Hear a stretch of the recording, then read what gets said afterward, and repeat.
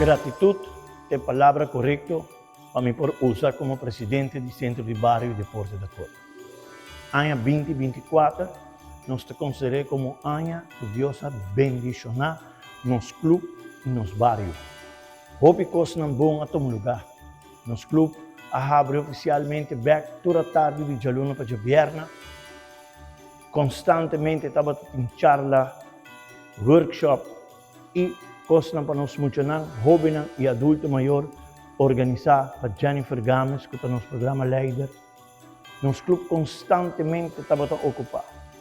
Para 2024 também, gratidão nos diretiva por inaugurar por fim a cancha de basquetebol. E também nós vamos começar o projeto de curar, renovação de curar.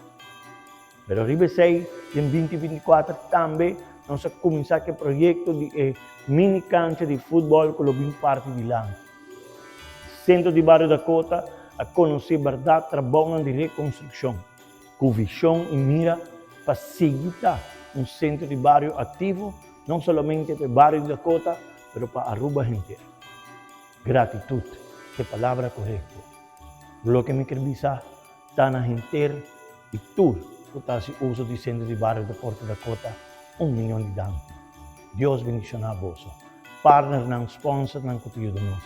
Para nós não podemos fazer uma diretiva que trabalha incansavelmente, dia em dia, para nós lograr isso aqui. Eu quero agradecer o Like Plaza, Glenn Redasap, Charitza Franken, Marco Day. Bolsonaro estava campeão.